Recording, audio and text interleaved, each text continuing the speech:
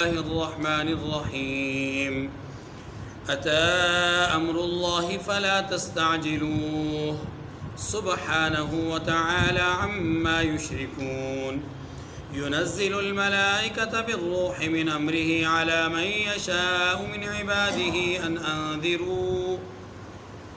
أنذروا أنه لا إله إلا أنا فاتقون خلق السماوات والأرض بالحق تعالى عما يشركون خلق الإنسان من نطفة فإذا هو خصيم مبين والأنعام خلقها لكم فيها دفء ومنافع ومنها تأكلون ولكم فيها جمال حين تريحون وحين تسرحون وتحمل أثقالكم إلى بلد لم تكونوا بالغيه إلا بشق الأنفس إن ربكم لرؤوف رحيم والخيل والبغال والحمير لتركبوها وزينة ويخلق ما لا تعلمون وعلى الله قصد السبيل ومنها جائر ولو شاء لهداكم أجمعين هو الذي أنزل من السماء ماء لكم منه شراب ومنه شجر فيه تسيمون ينبت لكم به الزرع والزيتون والنخيل والأعناب ومن كل الثمرات إن في ذلك لآية لقوم يتفكرون وسخر لكم الليل والنهار والشمس والقمر والنجوم مسخرات بأمره إن في ذلك لآيات لقوم يعقلون وما ذرى لكم في الأرض مختلفا ألوانه إن في ذلك لآية لقوم يذكرون وهو الذي سخر البحر لتأكلوا منه لحما طريا وتستخرجوا منه حلية تلبسونها وترى الفلك مواخر فيه ولتبتغوا من فضله ولعلكم تشكرون وألقى في الأرض رواسي أن تميد بكم وأنهارا وسبلا لعلكم تهتدون وعلامات وبالنجم هم يهتدون أفمن يخلق كمن لا يخلق أفلا تذكرون وإن تعدوا نعمة الله لا تحصوها إن الله لغفور رحيم والله يعلم ما تسرون وما تعلنون والذين يدعون من دون الله لا يخلقون شيئا وهم يخلقون أموات غير أحياء وما يشعرون أيان يبعثون صدق اللہ العظیم۔ سورۃ النحل کی ابتدائی 21 آیات آپ کے سامنے تلاوت ہوئی۔ اس سورہ مبارکہ میں 128 آیات اور 16 رکوع ہیں۔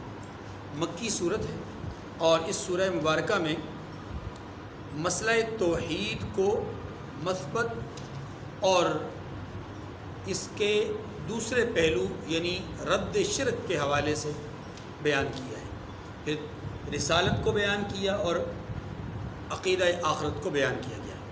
اس ضمن میں اللہ تبارک و تعالی نے اپنی بیش بہا قدرتوں کا مظاہرہ کیا ہے، اپنے خالق اور مالک ہونے کی صفت کو جگہ جگہ ظاہر کیا ہے اور بتلایا ہے کہ میں مجبور نہیں ہوں، میں کسی کا محتاج نہیں ہوں، میں کمزور نہیں ہوں، میں خالق ہوں، تم میری دسترس سے باہر نہیں ہو اور نہ ہی تم میری قدرتوں سے باہر نکل سکتے ہو۔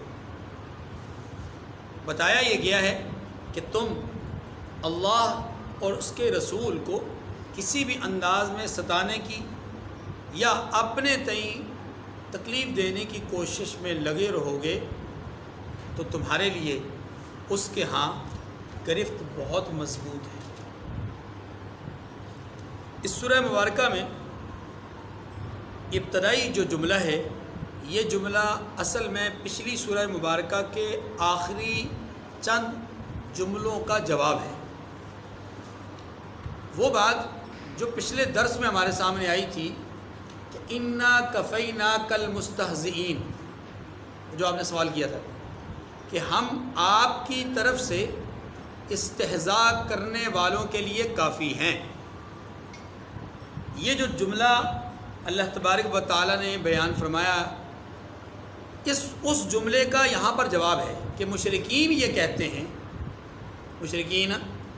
کہتے ہیں کہ اللہ کے رسول صلی اللہ علیہ وسلم جو دعوت دے رہے ہیں یہ خود ساختہ ہے، جو کلام پیش کر رہے ہیں یہ اپنی طرف سے، اور جب اللہ کے نبی صلی اللہ علیہ وسلم ان کو اس کے جواب میں یہ کہتے کہ اگر تم باز نہیں آؤ گے تو عذاب میں مبتلا ہوگے، تو جب عذاب والی بات آتی تو مشرکین مذاق اڑاتے، لو جی ہمیں عذاب آئے گا، پاؤں میں جوتی ان کے نہیں، تن پہ کپڑا پورا ان کا نہیں، کھانے کو روٹی بوٹی ان کو پوری نہیں ملتی، کمزوری، نقاہت، عاجزی، فقر ان کے پاس، اور ہم تو عیش و عشرت کی زندگی گزار رہے ہیں اس جہاں میں، بظاہر ہم ان سے بہت اچھے ہیں، تو عذاب ہمیں کیوں آئے گا؟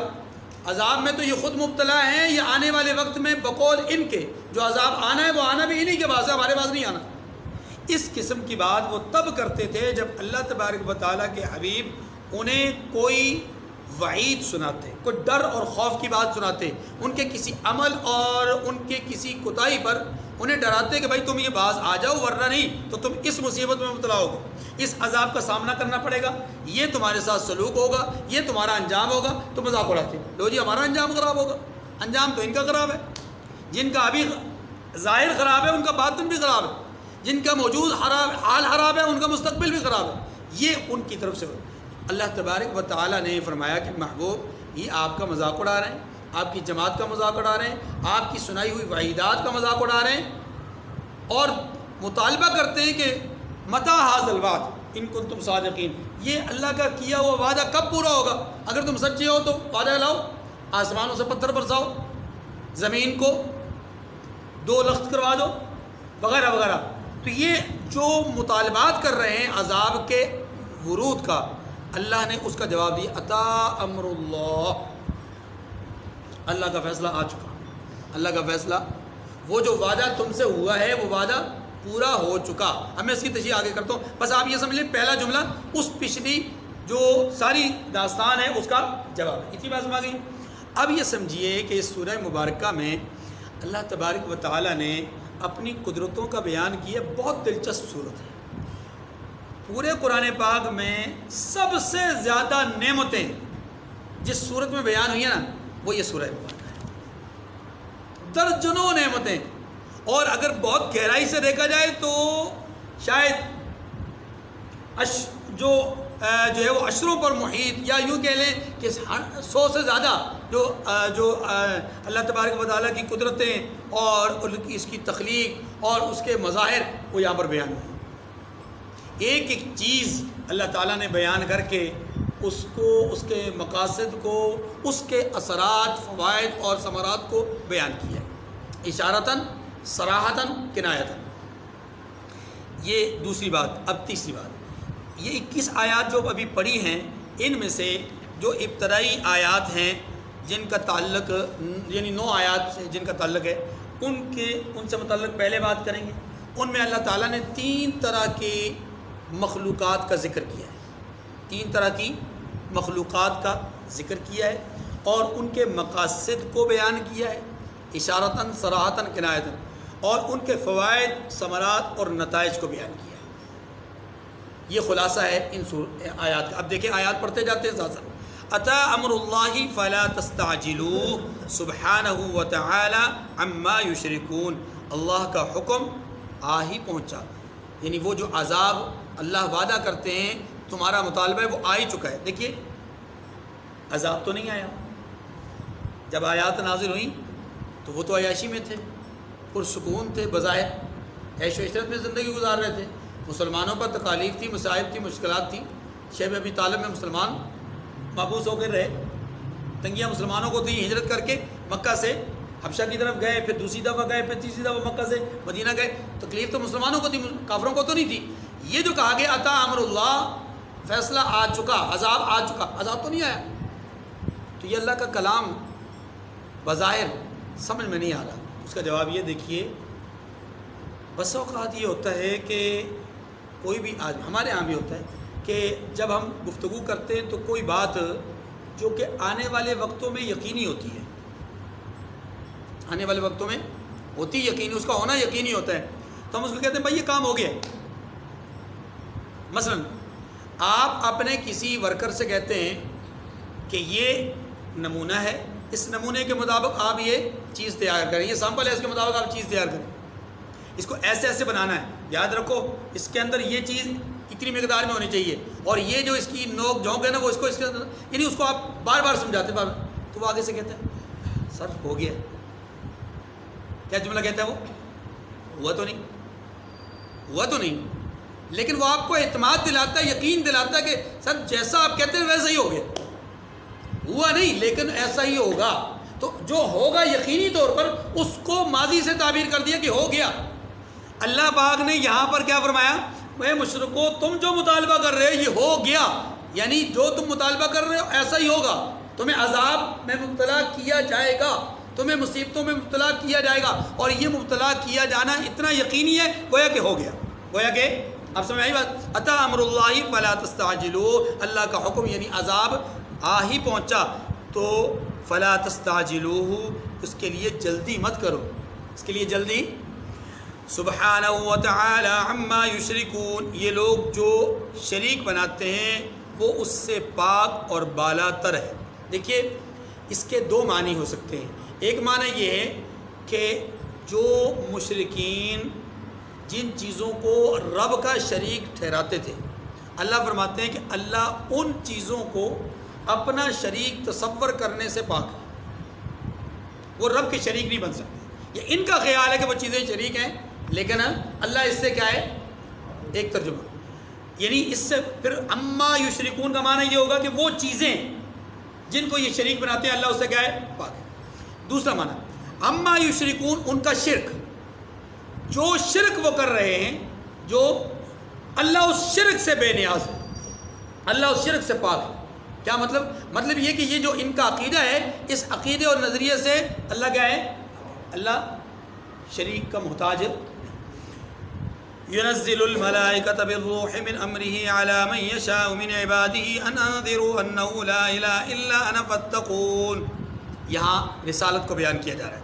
فرمایا وہی فرشتوں کو پیغام دے کر اپنے حکم سے بندوں میں سے جس کے پاس چاہتا ہے بھیجتا ہے کہ لوگوں کو بتا دے کہ میرے سوا کوئی معبود نہیں، الا انا فاتقون، تو مجھ ہی سے ڈرو، میرے سوا کوئی معبود نہیں، مجھ سے ہی. یہ اللہ نے نبوت اور رسالت کو بھی بیان کیا اور رسولوں کو بھیجنے کا بنیادی مقصد بھی بیان کیا کہ اللہ کی الوہیت اور معبودیت کا پیغام سنائیں. بات کوئی تشریح طلب نہیں ہے، آگے چلتے ہیں. خلق السماوات والارض بالحق تعالی عما یشرکون. میں نے عرض کیا کہ تین طرح کی چیزوں کو اللہ تعالیٰ نے ان 9 آیات میں بیان کیا. ان 9 آیات میں نمبر 1 آسمان اور زمین کی تخلیق، نمبر 2 انسانوں کی تخلیق، نمبر 3 جانوروں کی تخلیق. ٹھیک ہے جی. پہلے بیان فرمایا خلق السماوات والارض بالحق، اسی نے آسمانوں اور زمین کو مبنی پر حکمت پیدا کیا. کیا مطلب؟ مصلحت، حکمت اور تدبیر کے ساتھ پیدا کیا. تعالی عما یشرکون، اس کی ذات ان کے شرک سے اونچی ہے، پاک ہے، بے نیاز. آسمان اور زمین کی تخلیق کو یہاں پر بیان کیا، اس کے مقصد اور اس کے فوائد اور ثمرات کو 9 آیات کے بعد. ٹھیک ہے، اس لیے بات وہیں جا کے کریں گے. صرف یہاں سمجھ لیجئے کہ اللہ کی طرف سے چیزوں کے پیدا کرنے کے حوالے سے پہلی چیز جو بیان کی گئی وہ کیا ہے؟ آسمان. اور آپ غور کیجئے، یہ وہ تخلیق ہے جو ہر انسان کو نظر آتی ہے، ہر انسان کو نظر آتی ہے. اگر کوئی آدمی اندھا بھی ہے وہ بھی اس چیز کا ادراک رکھتا ہے، شعور رکھتا ہے کہ اوپر کوئی سائبان ہے، نیچے کوئی فرش ہے. ٹھیک ہے. خلق الانسان من نطفۃ فاذا هو خصیم مبین، اسی نے انسان کو نطفے سے بنایا مگر وہ اس کے بارے میں اعلانیہ جھگڑنے لگا. فَإِذَا هُوَ خَصِيمٌ کون؟ انسان. توجہ کیجیے. خلق الانسان من نطفة. نطفہ پانی کی اس بوند، اس قطرے کو کہتے ہیں جو ایک دفعہ ٹپکتا ہے. نطفہ بنیادی طور پر ایک بار ٹپکنے والا قطرہ مطلقاً. اب وہ مادہ منویہ سے تعلق رکھتا ہو یا پانی سے تعلق رکھتا ہو، اس کی الگ الگ حیثیت ہے. مادہ منویہ سے تعلق رکھتا ہو تو اس کو خاص طور پہ نطفہ کہتے ہیں. یہ اللہ تبارک و تعالیٰ نے ایک بہت ہی اشارتاً اور بہت ہی باریک اور بہت ہی مختصر سی بات کہہ کر کے ایک چیز کو کلیئر کیا. اور وہ چیز کیا ہے؟ انسانی تخلیق میں مرد اور عورت کی ہر دفعہ کا آپس میں ملنا یہ اولاد کا باعث نہیں ہوتا. یعنی جو بچہ پیدا ہوتا ہے ایسا نہیں ہے کہ عورت اور مرد جتنی دفعہ ملے ان سب کا مجموعہ جو ہے وہ ایک بچہ ہے. نہیں، بلکہ بچے کی تخلیق میں ایک قطرہ آب وہ ذریعہ بنتا ہے. اور پتہ نہیں وہ کتنی دفعہ آپس میں ملتے ہیں، کتنی بار ملتے ہیں، کتنے دن ملتے ہیں. تو ان تمام معاملات میں صرف یاد رکھیے کہ قطرہ آب ایک دفعہ، ایک پانی کا قطرہ، وہ ایک پانی کی بوند انسان کی تخلیق کا باعث ہوتی ہے. ہر دفعہ کا ملاپ باعث نہیں ہوتا. ٹھیک ہے جی. یعنی اس کا مطلب یہ ہوا کہ انسان، اتنے بڑے انسان کی تخلیق ایسا نہیں ہے کہ بہت بڑا پیچھے کوئی چھپڑ جمع ہوتا ہے تو پھر انسان بنتا ہے. ہاں جی، ایسا نہیں ہے، بلکہ اللہ کی طرف سے پانی کا ایک قطرہ ہوتا ہے. اور پھر یہ بھی جو میری معلومات ہیں، میں ایک ڈاکٹر سے سن رہا تھا، وہ بتا رہے تھے کہ اللہ تعالیٰ نے اس انسان کے مادہ منویہ میں یہ 2 کروڑ جرثومے رکھے ہوتے ہیں، جن کے اندر یہ صلاحیت اللہ تعالیٰ رکھتے ہیں کہ ان میں سے ہر جرثومہ انسان کی تخلیق کا باعث اور ذریعہ بن سکتا ہے. اللہ کی قدرت دیکھیے کہ ان 2 کروڑ کے قریب جرثوموں کو اللہ تعالیٰ ڈیمیج کرتے جاتے ہیں، ختم کرتے جاتے ہیں، یعنی ان کے اندر سے صلاحیت ختم کرتے جاتے ہیں. اور نتیجتاً یا بالکل ہی اس مجامعت یا اس ملاپ سے، اس پانی کے قطرے سے کچھ بھی نہیں پیدا کرتے، یا اگر پیدا کرتے ہیں تو ایک جرثومے کو فائدہ مند بناتے ہیں، باقی سب کو ختم، اور یا 2 یا 3. ٹھیک ہے، کبھی اس سے زیادہ ہو جاتا ہے، ورنہ عمومی طور پہ 1 یا 2 ہوتے ہیں. ٹھیک ہے، یہ اللہ کی قدرت ہے، یہ اللہ کی. اور ایسا بھی ہے کہ آپ غور کیجئے، ایسے بھی لوگ دنیا میں موجود ہیں کہ جن کے مادہ منویہ میں وہ سارے جرثومے جن کے اندر اولاد کے پیدا ہونے کی صلاحیت اللہ نے رکھی ہوئی ہے، وہ سارے جرثومے ڈیمیج ہوتے جاتے ہیں، یہاں تک کہ اس کے اندر وہ قوت موجود ہی نہیں ہوتی. جسمانی، فزیکلی پوری اس کے اندر جو وہ قوت ہوتی ہے، لیکن اس مادہ منویہ کے اندر وہ جرثومہ کوئی کارآمد ہوتا ہی نہیں. یہ اللہ کی شان. اتنے زیادہ جرثوموں کے باوجود بھی اللہ کسی کو کارآمد نہیں بناتے. ٹھیک ہے. اور اگر دوسری اینگل سے دیکھیں، اللہ مطلب اگر یہ سارے جرثومے ہیں، ان کے اندر اللہ اولاد پیدا کرنے کی، اولاد بننے کی صلاحیت اگر پیدا فرما دیں تو پھر یہ تو وہ چونٹیاں ہی پھر پیدا ہوں گی. ہاں جی، اللہ تعالیٰ کی شان ہے نا. اللہ کس چیز کو کب بامقصد بنا دے، کب اس کے مقصد کو فوت کر دے، کب اس کی صلاحیت کو ظاہر کر دے، کب اس کی تاثیر کو ختم کر دے، یہ اللہ کی شان ہے. خلق الانسان من نطفۃ، یہ بات ختم ہو گئی کہ پانی کے ایک قطرے سے پیدا کیا ہے پورے چھپڑ اور پورے سسٹم سے. اگلی بات، دوسری بات جو یہاں پر کہی گئی ہے وہ بڑی زبردست ہے. فرمایا فَإِذَا هُوَ خَصِيمٌ مُّبِينٌ. پیدائش تو اس کی پانی کے قطرے سے، یعنی مادہ منویہ کے ایک قطرے سے، اور جب یہ پیدا ہو کر کے دنیا میں آتا ہے، بڑا ہوتا ہے تو کھلم کھلا ہماری مخالفت کرتا ہے، پیدا کرنے والے کی مخالفت کرتا ہے. اور سورہ یاسین میں تو اللہ تعالیٰ نے بڑا اس کا نقشہ کھینچا ہے. آخری آیات میں اولم یر الانسان انا خلقناه من نطفۃ فاذا هو خصیم مبین. کیا انسان اس بات کو نہیں دیکھتا کہ اسے اللہ تبارک و تعالیٰ نے پانی کے قطرے سے، یعنی مادہ منویہ سے پیدا کیا، اور پھر جب وہ پیدا ہو جاتا ہے تو وہ ہمارے خلاف کیا ہوتا ہے؟ جھگڑالو بن کر کے کھڑا ہو جاتا ہے. اب کیا کہتا ہے؟ قل یحیی الذی وضرب لنا مثلا ونسی خلقہ. اللہ فرماتے ہیں جب بڑا ہو جاتا ہے تو پھر ہمارے لیے طرح طرح کی مثالیں، یعنی ہمیں باتیں سناتا ہے، ہمیں طرح طرح کی باتیں، ہمارے خلاف بھی طرح طرح کی باتیں کرتا ہے. اپنی پیدائش کو بھول جاتا ہے، ونسی خلقہ، اپنی تخلیق کو بھول جاتا ہے. اور یہ بڑی زبردست بات اللہ پاک نے فرمائی ہے کہ انسان کو اپنی تخلیق پر غور کرنا چاہیے. اسی لیے قرآن پاک نے دوسرے مقام پر کیا کہا؟ هل اتى على الانسان حين من الدهر لم يكن شيئا مذكورا. کیا انسان پر ایسا وقت اور ایسا زمانہ نہیں گزرا کہ وہ کسی قدر قابل ذکر چیز تھا ہی نہیں. یہاں پر بھی سورہ یاسین کے آخر میں بھی فرمایا قل یحیی الذی، اچھا یہ مثالیں دیتا ہے. قال من یحیی العظام وہی رمیم، کہتا ہے کہ ہڈیوں کو کون زندہ کرے گا جب وہ گل سڑ جائے گی، وہ سیدھا ہو جائیں گی. کیا وہ نہیں سوچتا کہ اس کی اپنی ہڈیاں نہیں تھی، پانی کا ایک قطرہ تھا، اس قطرے سے ہم نے کیسے لوتھڑا بنایا، لوتھڑے سے کیسا گوشت بنایا، گوشت کے نیچے ہڈیوں کو کیسے پیدا کیا، اور پھر اس کے اندر روح کو پھونکا، پھر وہ جیتا جاگتا وہ انسان دنیا میں نمودار ہوا، ظاہر ہوا. یہ ان چیزوں پہ غور نہیں کرتا. ٹھیک ہے، اسی لیے اللہ پاک نے فرمایا اولیس الذی خلق السماوات والارض بقادر علی ان یخلق مثلهم، کیا اللہ زمین و آسمان کو پیدا کرنے والا نہیں ہے؟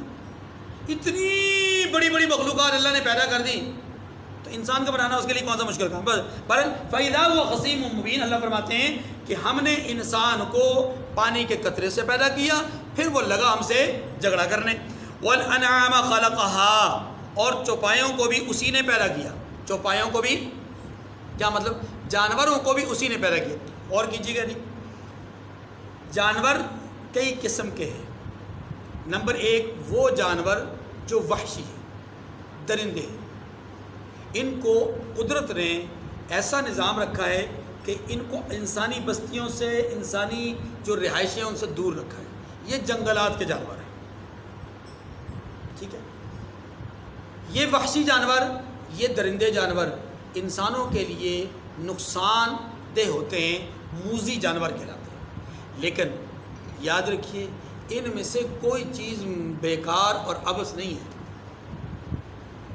ایک سانپ، ایک بچھو، جس کی تاثیر بظاہر ہمیں یہ نظر آتی ہے کہ وہ کسی کو ڈس لے تو موت آ جاتی ہے، زہر آلود ہو جاتا ہے انسان اور وغیرہ وغیرہ، لیکن انہیں بھی اللہ نے عبث اور بیکار پیدا نہیں کیا. ان کے بھی اپنی جگہ پر فوائد اور ان کے بھی اپنی جگہ پر ثمرات ہیں. مچھر، مکھی، جن سے ہم بہت تنگ ہوتے ہیں، جی سوتے جاگتے ہر حال میں بہت تنگ ہوتے ہیں، اسپرے کر رہے ہوتے ہیں، ہاں جی، اور پر طرح طرح کے ان کے لیے انتظامات کر رہے ہیں، لیکن یہ بھی اللہ کی طرف سے ہمارے ہی فائدے کے لیے ہیں. ان میں بھی کچھ چیزوں کو اپنے اندر شکل کرنے کی، کھینچنے کی اللہ نے صلاحیت رکھی ہے، جو ان کی زندگی ہے، جو ان کی زندگی ہے، اور ہم سے تکلیف کو دور کرنے کے لیے ہماری بھی زندگی کا باعث ہے. اگر یہ نہ ہو، یہ چیزیں نہ ہوں، تو وہ جو زہر ہے، وہ جو زمین کے اندر پھیلا ہوا، وہ جو نقصان دہ جو ہے وہ جرثومے ہوتے ہیں، یہ چیزیں ہوتی ہیں، وہ انسان کے لیے اس قدر تکلیف دہ بن جائے کہ انسان کی موت واقع ہو جائے، بیماریاں پیدا ہو جائیں اور طرح طرح کی تکلیفوں میں انسان مبتلا ہو جائے. یہ تکلیفیں جو بیماریاں اللہ دور فرماتے ہیں ان چیزوں کے ذریعے سے. اب یہ چیزیں ہمارے لیے شفا کا ذریعہ ہے، ہمارے لیے بیماریوں کے دور ہونے کا ایک ذریعہ ہے، لیکن بظاہر ہمیں نظر آتا ہے کہ یہ تکلیف دہ. اب یہ بیماریاں بھی بنتی ہیں، کیوں؟ اس لیے کہ وہ ہماری کوتاہی سے. آپ جانتے ہیں کہ یہ جو ڈینگی ہوتا ہے، یہ دوسرے تیسرے جو بخارات وغیرہ ہوتے ہیں، ان کی وجہ یہ مچھر نہیں ہے، ان کی وجہ یہ مکھیاں نہیں ہیں، ان کی وجہ ہم خود کو، ہماری کوتاہی ہے. ہم برتن کو کھلا چھوڑ دیتے ہیں، ہم چیزوں کی حفاظت نہیں کرتے، ہم نظافت کا خیال نہیں کرتے، ہم طہارت اور پاکیزگی کا خیال نہیں کرتے. نتیجتاً ان میں جو اثرات ہوتے ہیں وہ ہماری کھانے پینے کی چیزوں میں جاتے ہیں، اور ان چیزوں کو استعمال کرنے کے بعد ہم کیا ہو جاتے ہیں؟ بیمار ہو جاتے ہیں. یہ دوسرے تیسرے معاملات ہوتے ہیں. ٹھیک ہے، تو اس لیے ہمیں خود احتیاط کرنی ہے. اس لیے رسول اللہ صلی اللہ علیہ وسلم نے اس معاملے میں ہماری رہنمائی فرمایا کہ الطہور شطر الایمان، نظافت، پاکیزگی کیا ایمان کا حصہ ہے. تو اللہ نے انسان کو پیدا کیا قطرہ آب سے، پھر فرمایا کہ ہم نے جانوروں کو پیدا کیا. میں نے عرض کیا کہ جانوروں کی بہت ساری اقسام ہیں. کچھ وہ ہیں جو وحشی ہیں، درندے. کچھ وہ ہیں جو ہمارے پالتو ہوتے ہیں. کچھ وہ ہیں کہ جو ہمارے پالتو ہوتے ہیں خوراک کے لیے، غذا کے لیے. کچھ وہ ہوتے ہیں جو ہمارے پالتو ہوتے ہیں سفر کے لیے، بار برداری کے لیے یا آسانیوں کے لیے. کچھ وہ ہیں کہ جن کو ہم پالتے ہیں زیب و زینت کے لیے. کچھ وہ ہیں جن کو ہم پالتے ہیں اپنی دل کو جو ہے سرور بخشنے کے لیے، اپنی آنکھوں کو ٹھنڈک بخشنے کے لیے. مور کو پالتا ہے، ظاہر اس سے غذا کھانا مقصود نہیں ہے.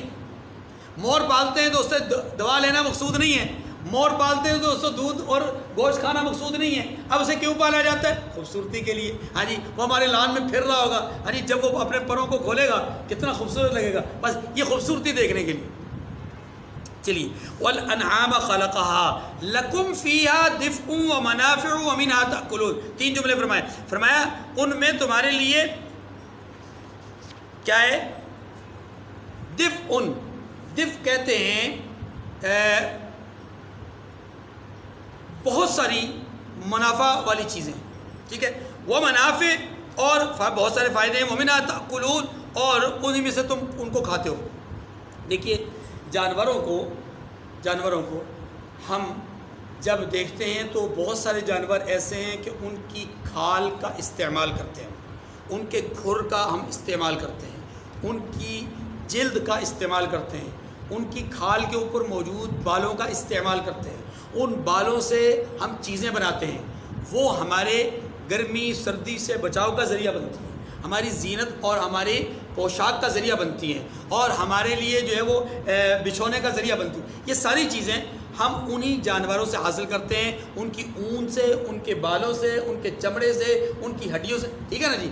اب وہ ہاتھی دانت جو ہوتا ہے اس کے اپنے فوائد ہیں، اس کے اپنے اثرات ہیں. ایسے ہی جو آپ جانتے ہیں کہ یہ جو سیپ جس کے اندر موتی ہوتا ہے اس کا اپنا فائدہ ہے. تو جانور ہوں ان چیزوں کے ہم جو ہے وہ اس سے فوائد حاصل کریں. وہ دفء ان کا معنی یہی ہے کہ اس کے اجزاء سے، اس کی ایک ایک چیز کو آپ جو ہے وہ جوڑ کر کے، کاٹ کر کے، اس سے تراش کر کے، اس سے زیب و زینت کے لیے استعمال کرتے ہیں، اپنے گرمی سردی کو دور کرنے کے لیے استعمال کرتے ہیں، اپنے لیے چیزیں تیار کرتے ہیں. یہ سارے منافع اور سارے فوائد یہ دفء ان کے لفظ کے اندر آتے ہیں.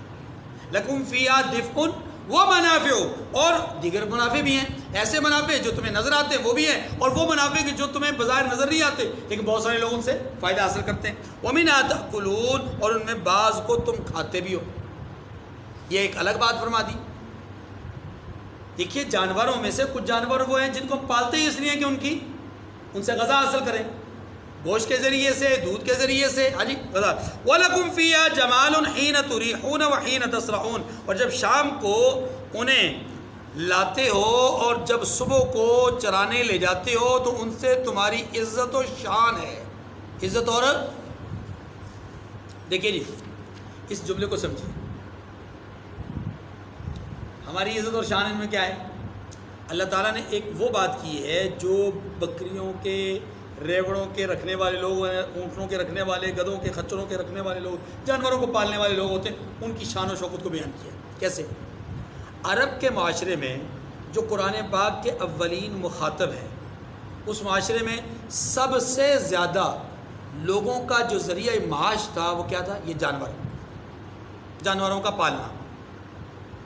بہت بڑا سرمایہ دار جو ہوگا یا ہوتا تھا اس زمانے میں، وہ آدمی ہوتا تھا جس کے بڑے بڑے ریوڑ ہوتے تھے، اونٹوں کے، گھوڑوں کے، بھیڑ بکریوں کے، دمبوں چھتروں کے، اسی طریقے سے بکریوں کے، گایوں کے، وغیرہ وغیرہ.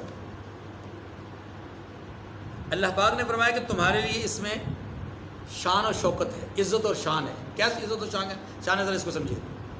ایک آدمی مکہ مکرمہ میں آباد ہے اور اس کا ایک باڑہ ہے، ایک بہت بڑا جو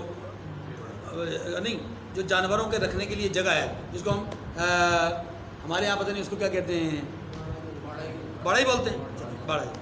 وہ جو باڑہ ہے بڑا، اس کے اندر سینکڑوں اس کی بکریاں ہیں. ایک دوسرا ہے اس کی بکریوں کی تعداد 1000 سے اوپر چلی گئی ہے.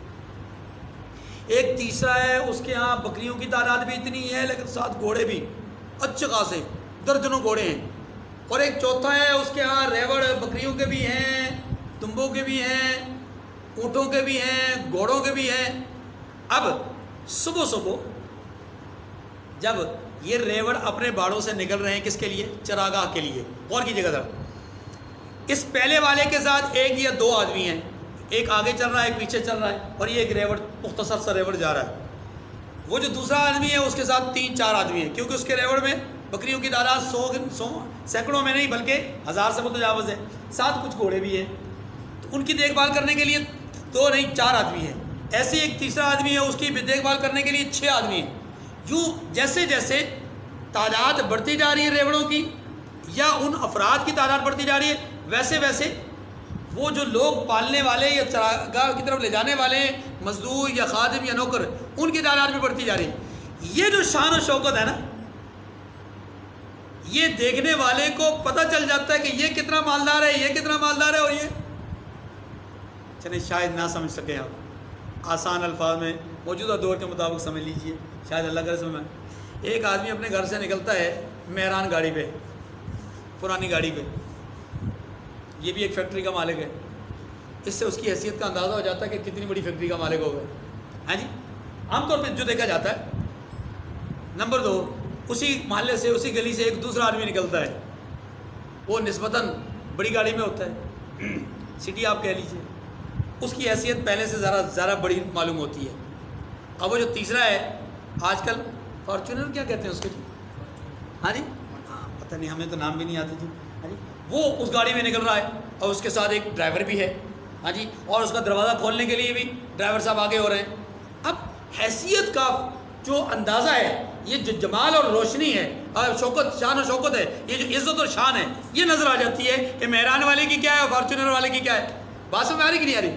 اب یہ جو مہران والا ہے، یہ اپنی فیکٹری میں جاتا ہے تو بعض اوقات اس کو فیکٹری کا دروازہ خود کھولنا ہے، اتر کر کے دروازہ کھولنا ہے، پھر گاڑی کو اندر کر کے پھر دروازے کو بند کرنا ہے۔ اور یہ جو فارچونر والا ہے، اس کے آنے سے پہلے پتہ ہے صاحب نے 10 بجے آ جانا ہے، اور فون آ گیا ہے کہ صاحب نکل گئے ہیں، وہ دروازے پہ کھڑا ہے، جیسے ہی گاڑی پہنچتی ہے اس نے دروازہ کھول دینا تاکہ صاحب کو ایک لمحے کے لیے بھی انتظار نہ کرنا پڑے۔ یہ جو سٹیٹس ہے، یہ بتلاتا ہے شان و شوکت کو، یہ مالداری اور سرمایہ داری کو بتاتا ہے کتنی شان و شوکت والا ہے، کتنا مال۔ اور کیجیے، اللہ پاک فرماتے ہیں وَلَكُمْ فِيهَا جَمَالٌ حِينَ تُرِيحُونَ وَحِينَ تَسْرَحُونَ، جب تم صبح چرانے کے لیے نکالتے ہو یا شام کو چراگاہ سے واپس لاتے ہو باڑے کی طرف، اس وقت تمہارا یہ جو ریوڑ کا ایک سلسلہ ہے، یہ تمہاری شان و شوکت کو بڑھاتا ہے، تمہاری زینت کا سبب ہے۔ چلیے، ایک تو یہ فائدہ بتایا۔ دوسرا، وَتَحْمِلُ أَثْقَالَكُمْ إِلَى بَلَدٍ لَمْ تَكُونُوا بَالِغِيهِ إِلَّا بِشَقِّ الْأَنفُسِ، اور شہروں میں جہاں تم زحمت شاقہ کے بغیر، بڑی مشقت اٹھائے بغیر، ہاں جی، پہنچ نہیں سکتے، وہ تمہارے بوجھ اٹھا کر لے جاتے ہیں۔ کیا مطلب ہوا؟ یہ جانوروں کی ایک دوسری قسم ہے، کون سی؟ جسے اونٹ ہم کہتے ہیں، خچر ہم کہتے ہیں، گھوڑے ہم کہتے ہیں۔ یہ جانور وہ ہیں جن پر عمومی طور پر بار برداری کا کام لیا جاتا ہے۔ بہت سارے علاقوں میں ہمارے ہاں بیل گاڑی سے یہ کام لیا جاتا ہے، بہت ساری جگہوں میں ہمارے ہاں وہ جو گدھا گاڑی ہوتی ہے اس سے یہ کام لیا جاتا ہے۔ یہ مختلف چیزیں، یہ جو جانور ہے، اس جانور کو آپ دیکھتے ہیں کہ یہ وہاں تک ہمارا سامان لے جاتے ہیں جہاں تک ہمارا سامان پہنچنا آسانی سے ممکن نہیں ہوتا۔ اسی کو کہا گیا الا بشق الانفس، کہ بڑی مشقت اٹھائے بغیر پہنچنا ممکن نہیں ہوتا۔ بلکہ بعض اوقات یہ ہوتا ہے کہ وہاں تک عام انسان کا جانا بھی مشکل ہوتا ہے، وہاں یہ جانور اس انسان کو لے کے جاتے ہیں۔ جب ہمارے ہاں ملک پاکستان میں زلزلہ آیا تو بہت سارے ایسے ایریے تھے جہاں پر گاڑیوں پر جانا اور وغیرہ جانا، ہیلی کاپٹر وغیرہ کا وہاں پر پہنچنا اترنا، یعنی سامان کا لے جانا بڑا مشکل تھا۔ تو لوگوں نے کیا کیا، وہاں پر اس علاقے کے جو استعمال ہونے والے جو جانور تھے، ان جانوروں پر کسی نے سنڈے پر، کسی نے بیل پر، کسی نے گدھے پر، خچر پر سامان رکھا، خود بیٹھا اور وہاں تک پہنچایا۔ یہی حال ابھی سیلاب میں بھی ہوا، بہت سارے علاقوں میں گاڑیاں نہیں جا سکتی تھی، تو وہاں پر لوگوں نے سامان کیسے پہنچایا؟ انہی جانوروں کے ذریعے۔ اللہ پاک فرماتے ہیں یہ جانور تمہارے لیے بار برداری کا کام کرتے ہیں۔ یہ جو ترتیب ہے کہ اس زمانے سے جو سلسلہ چل رہا ہے، اس زمانے میں جانوروں سے کام لیا جا رہا تھا، وقتاً فوقتاً آگے بڑھتے گئے تو نظام بدلتا گیا۔ لیکن یاد رکھیے، آج بھی جدید ترین دور کے باوجود انسان شٹل کے ذریعے سے چاند تک پہنچ گیا، ہاں جی، لیکن پھر بھی بہت ساری جگہ ایسی ہیں کہ جہاں پر اب بھی صرف جانور ہی جا سکتے ہیں۔ ان ربکم لرؤوف الرحیم، کوئی شک نہیں کہ تمہارا پروردگار نہایت شفقت والا مہربان ہے۔ اگلی بات، والخیل والبغال والحمیر لترکبوها وزینہ، اور اسی نے گھوڑے اور خچر اور گدھے پیدا کیے تاکہ تم ان پر سوار ہو، اور وہ تمہارے لیے رونق اور زینت بھی ہیں۔ اور کیجیے گا، پچھلے جملے میں اللہ پاک نے یہ بات فرمائی کہ جانور تمہارے لیے زینت کا باعث ہیں. یہ کون سے جانور ہیں؟ یہ یقیناً وہی جانور ہیں کہ جن کو ہم پالتو جانور کہتے ہیں اور جن سے ہم غذا اور دوا کے طور پر، جن سے پوشاک وغیرہ کے طور پر جن کو استعمال کرتے ہیں. پھر فرمایا کہ انہی میں سے کچھ وہ بھی ہیں کہ جن کو آپ مال برداری کے لیے بھی استعمال کرتے ہیں، جیسا کہ میں نے عرض کیا بیل وغیرہ مختلف علاقوں میں استعمال ہوتے ہیں.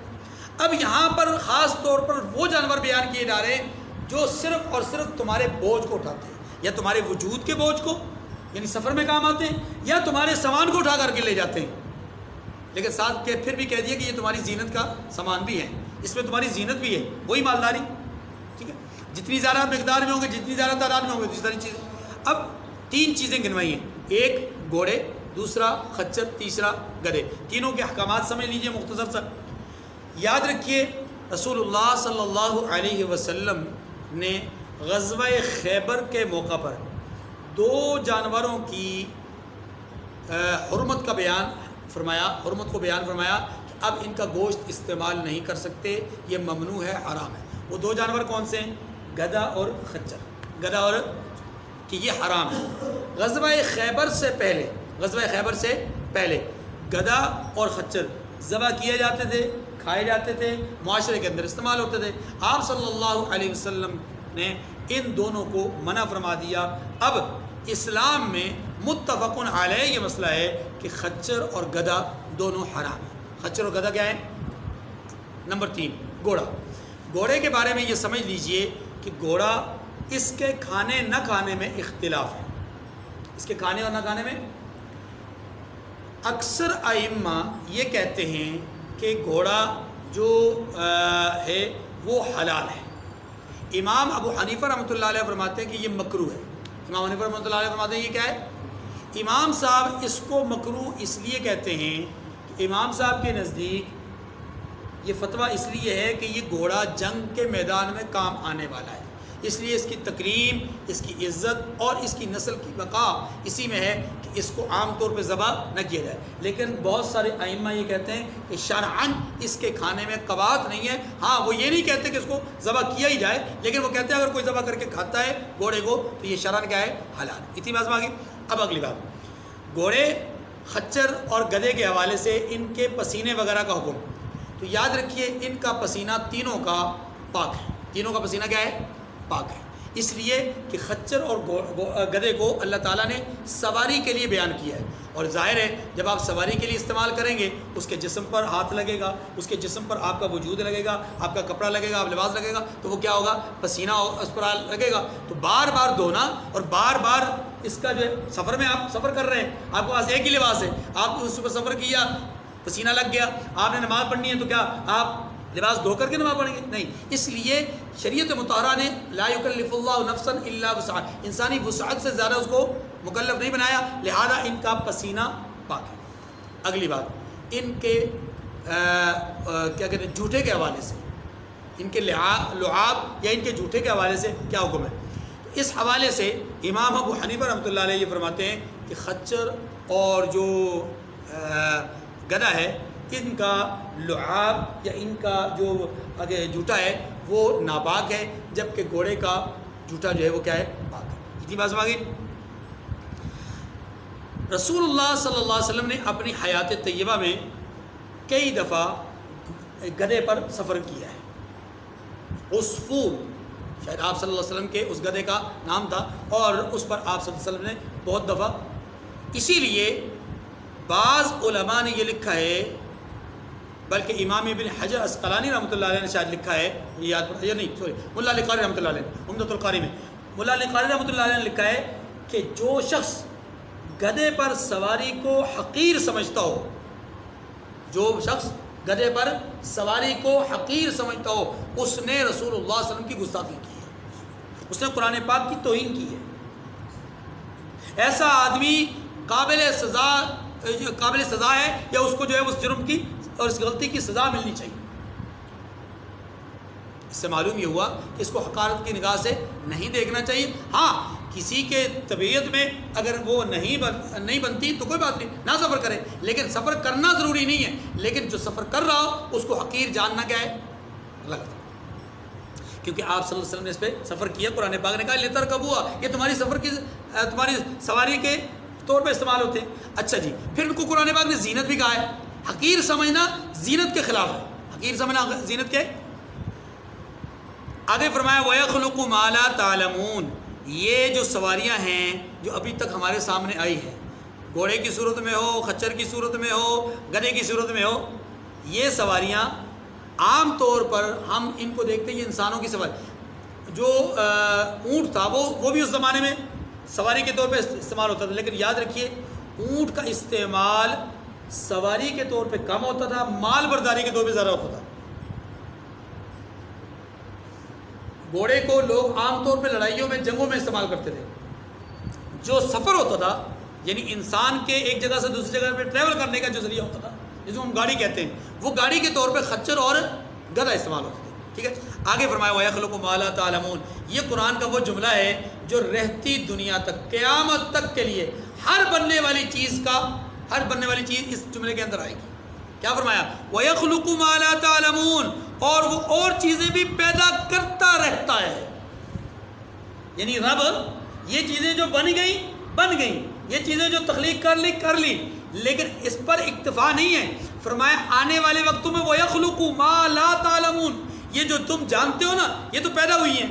جو تم نہیں جانتے، جن کا ادراک تمہیں نہیں، جن کا شعور تمہیں نہیں، جن کی ابھی تک تم نے پلاننگ بھی نہیں کی. آپ جانتے ہیں کہ ٹیکنالوجی کے اعتبار سے لوگ کہتے ہیں اگلے 50 سال میں سواریوں کی یہ رفتار ہوگی. اللہ کے نبی صلی اللہ علیہ وسلم نے دجال کی سواری کے متعلق کیا فرمایا؟ دجال کی سواری کا عالم یہ ہوگا کہ وہ 1 منٹ میں 1 سال کا سفر طے کرے گا. آپ اندازہ کیجیے یہ سواری آج تک ہمارے سامنے ہے نہیں ہے. اللہ کے رسول نے بیان کر دی 100% سچ ہے. اس کا مطلب ہے کہ اس طرح کی سواری بنے گی، اور اس کا استعمال دجال ہی کرے گا. یہ بھی ایک خصوصیت ہے. تو فرمایا کہ وَيَخْلُقُ مَا لَا تَعْلَمُونَ، آنے والے وقتوں میں وہ چیزیں بنے گی جو تم نہیں جانتے. جب یہ کہا گیا تھا اس وقت کیا یہ بحری جہاز تھے؟ کیا ٹائٹینک بن گیا تھا؟ کیا F-16 جیٹ وغیرہ طیارے وغیرہ بن گئے تھے؟ کیا اس طرح کی جو سفری چیزیں ہیں یہ بن گئی تھی؟ یہ ساری چیزیں بن رہی ہیں، بنی ہیں، آنے والے وقتوں میں بھی بنتی رہیں گی. یہ ساری چیزیں اسی کا مصداق ہے. وَعَلَى اللَّهِ قَصْدُ السَّبِيلِ وَمِنْهَا جَائِرٌ.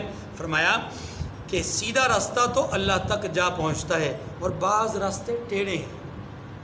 یہ اتنی ساری نعمتیں گنوا کر آخر میں کہا یہ نصیحت، اس کو کہتے ہیں نصیحت. دیکھو بھائی سیدھا راستہ جو ہے وہی ہے جو اللہ تک جاتا ہے، اور بہت سارے راستے ٹیڑھے بھی ہیں. وَلَوْ شَاءَ لَهَدَاكُمْ أَجْمَعِينَ، اگر وہ چاہتا تو تم سب کو سیدھے راستے پر چلا دیتا، لیکن یہ اس کی قدرت اور اس کی شان کے خلاف ہے. اس نے جو شان امتحان رکھا. آیت نمبر 9 تک اللہ تعالیٰ نے 3 قسم کی مخلوقات کو ذکر کیا ہے. اب آیت نمبر 10 سے آیت نمبر 21 تک مزید اللہ جل شانہ اپنی نعمتوں کو بیان فرماتے ہیں. یہ نعمتیں، ان کا تعلق آسمان، زمین، دریا اور خشکی کے ساتھ ہے. پہلی نعمت جو بیان ہوئی ہے وہ ہے آسمان سے برسنے والے پانی کی.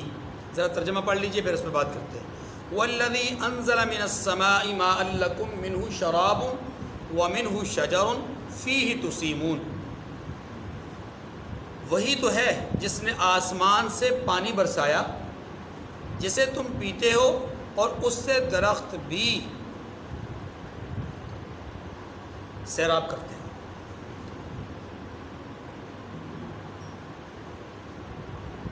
ينبت لكم به الزرع والزيتون والنخيل والأعناب ومن كل الثمرات. تسیمون کا ترجمہ نہیں پڑھا. اور جن میں تم اپنے چار پایوں کو چراتے ہو.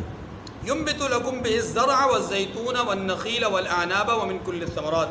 اسی پانی سے وہ تمہارے لیے کھیتی اور زیتون اور کھجور اور انگور اور اگاتا ہے، یعنی اور بھی بہت ساری بے شمار چیزیں اگاتا ہے، اور ہر طرح کے پھل پیدا کرتا ہے، اور کرنے والوں کے لیے اس میں نشانی ہے. یہ ایک نعمت جس کو ہم پانی کہتے ہیں اللہ تعالیٰ نے اس کا ذکر کیا. سورۃ الانبیاء میں اللہ جل شانہ نے ارشاد فرمایا وَجَعَلْنَا مِنَ الْمَاءِ كُلَّ شَيْءٍ حَيٍّ. ہر چیز کی حیات اور زندگی کا مدار ہم نے پانی پہ رکھا ہے. پانی زندگی کا مدار ہے، اور یہ صرف انسانی زندگی کا نہیں، حیوانی زندگی کا بھی، نباتات کا بھی، فصلوں کا بھی، پھلوں کا بھی، درختوں کا، ہر چیز کی زندگی اللہ تعالیٰ نے پانی پر رکھی ہے. اسی پانی کے متعلق اللہ تعالیٰ فرماتے ہیں ہم آسمان سے تمہارے لیے پانی برساتے ہیں. منہ شراب. دیکھیے اس کا اگر ظاہری سطح پر بغیر کسی عالم کے سمجھنے کے اگر ترجمہ کریں گے، لفظ کا معنی کریں گے، تو پھر اس کا معنی یہ ہوگا کہ اسی میں شراب ہے، اسی میں شراب ہے. اب حالانکہ شراب کا جو تصور ہمارے ہاں موجود ہے، شراب کی جو سوچ ہمارے ہاں موجود ہے، وہ قطعاً یہاں مراد نہیں ہے، بلکہ یہاں شراب بمعنی مشروب ہے کہ اسی میں پینے کا ایک اللہ تعالیٰ نے وصف رکھا ہے، اسی پانی میں جو آسمان سے برستا ہے. اب سوال یہ ہے کہ آسمان سے برسنے والا پانی تو لوگ نہیں پیتے، تو جواب یہ ہے کہ اللہ تعالیٰ نے پورا ایک نظام رکھا ہے جس پر ہم پچھلی صورت میں تفصیل سے بات کر چکے ہیں کہ وہ پانی آسمان سے برستا ہے، زمین اپنے اندر اس کو جذب کرتی ہے، جو سطحی طور پر اس کی ضرورت ہوتی ہے اس کو وہ پورا کرتی ہے، اور جو ضرورت نہیں ہوتی اس کو اپنے اندر جذب کر دیتی ہے، اور پھر وہ جذب ہوتے ہوتے ہوتے اندر تک چلا جاتا ہے، اور پھر اندر سے اللہ تعالیٰ اس کو فلٹر کر کے صاف ستھرا کر کے نکھار کر کے اجلا اور شفاف بنا کر کے میٹھا بنا کر کے اسے واپس ہمیں کنوؤں کی صورت میں اور مختلف چشموں وغیرہ کی صورت میں عطا فرماتے ہیں. اسی لیے فرمایا کہ منہ شراب، اسی میں پینے کا تمہارے لیے انتظام ہے. اور ومنہ شجر، صرف تم ہی نہیں پیتے بلکہ تم اپنے پینے کے ساتھ ساتھ اپنے درختوں کو بھی اسی سے سیراب کرتے ہو، چاہے تم خود کرو چاہے اللہ اپنی قدرت کاملہ سے کرے. دیکھیے میں اس لیے یہ جملہ کہہ رہا ہوں کہ بہت سارے درخت ایسے ہوتے ہیں کہ جنہیں ہم پانی دیتے ہیں، لیکن بہت سارے ان سے کہیں زیادہ درخت ایسے ہوتے ہیں جن کو ہم پانی نہیں دیتے. جنگلات میں موجود درختوں کو، صحراؤں میں موجود درختوں کو، ایسی جگہ پہ درختوں کو جن درختوں کو لوگ پانی نہیں دیتے، ان تمام درختوں تک پانی پہنچانا اللہ تبارک و تعالیٰ کی قدرت کاملہ ہے. اسی لیے اللہ نے فرمایا کہ تم بھی اس سے پیتے ہو، تمہارے درخت بھی اس سے پیتے، تمہارے درخت بھی اس سے پلانے والے یا تو بظاہر اسباب کے درجے میں تم ہو یا ڈائریکٹ ہم خود پلاتے ہیں. اور اگلی بات تسیمون، فیہ تسیمون، انہی چراگاہوں میں، انہی درختوں کے پاس تم جو ہے وہ اپنے جانوروں کو چراتے ہو. دیکھیے شجر کا بنیادی طور پر جو معنی ہے وہ ہوتا ہے وہ چیز جو کسی تنے پر کھڑی ہے. درخت کی صورت میں وہ چیز جو زمین سے اگی اور تنے پر کھڑی ہے، اس کو بنیادی طور پہ درخت کہتے ہیں، شجر بنیادی طور پہ اس کو کہتے ہیں. لیکن اس لفظ شجر کو قرآن پاک کی اصطلاح میں اور عربی گرامر کے اعتبار سے اس لفظ شجر کو بہت دفعہ نباتات پر بھی بولا جاتا ہے، سبزے پر بھی بولا جاتا ہے، گیہوں اور اس اناج پر بھی بولا جاتا ہے، یعنی ہر اس چیز پر بولا جاتا ہے جو زمین کے اندر سے نکلتی ہے اور زمین کے وجود پر کھڑی ہوتی ہے. ان تمام چیزوں پر شجر کا لفظ بولا جاتا ہے. اب اس معنی میں یوں ہوگا کہ وَمِنْهُ شَجَرٌ، اسی پانی سے اللہ درختوں کو سینچتے ہیں. کون سے درختوں کو؟ یہاں درخت سے مراد سبزہ ہے، یہاں درخت سے مراد نباتات ہیں، یہاں درخت سے مراد وہ گھاس پھوس ہے کہ جو جانوروں کے کام آتا ہے، جو بطور چراگاہ کام آتا ہے. اسی لیے فرمایا وَمِنْهُ شَجَرٌ فِيهِ تُسِيمُونَ، اسی میں اللہ نے نباتات کو اسی سے یعنی اسی پانی سے نباتات کو اگاتے ہیں اللہ، ان نباتات سے تم اپنے جانوروں کو چراتے ہو. یہ جو جانوروں کا ذکر بار بار آ رہا ہے اس کا ذرا تصور سمجھ لیجئے. اور میں نے جیسا کہ پچھلی نشست میں یہ بات عرض کی تھی کہ دیکھیے عرب جو تھے ان کا جو ذریعہ معاش تھا اس کا ایک بہت بڑا حصہ جانوروں کے پالنے پر انحصار تھا. اسی لیے قرآن پاک بار بار جانوروں کا ذکر کرتا ہے کیونکہ یہ ان کا ذریعہ معاش ہے. يُنبِتُ لَكُمْ بِهِ الزَّرْعَ وَالزَّيْتُونَ وَالنَّخِيلَ وَالْأَعْنَابَ وَمِنْ كُلِّ الثَّمَرِ. اب اسی پانی سے اللہ تبارک و تعالی بہت ساری چیزوں کو پیدا کرتے ہیں، لیکن یہاں پر 4 چیزوں کا خاص طور پہ نام لیا گیا ہے. نمبر 1 کھیتی، نمبر 2 زیتون، نمبر 3 کھجور، نمبر 4 انگور. ان 4 مختلف چیزوں کا ذکر کیا گیا۔